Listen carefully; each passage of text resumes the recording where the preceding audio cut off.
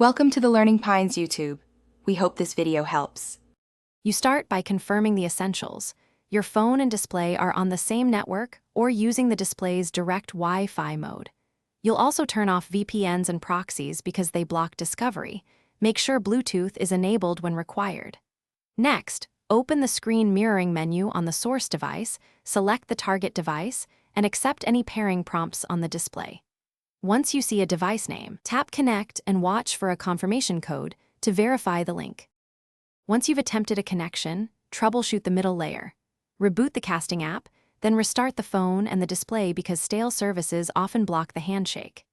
Make sure your router isn't isolating access points and that multicast/IGMP snooping is enabled for discovery.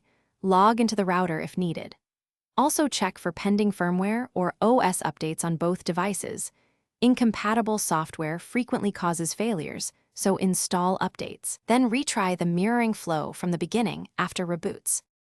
To finish, if wireless still fails, switch to a wired HDMI or USB-C display connection to confirm the source works. If the wired connection succeeds, the issue is network or protocol related. Reset network settings on the source device and reboot the router as a last resort.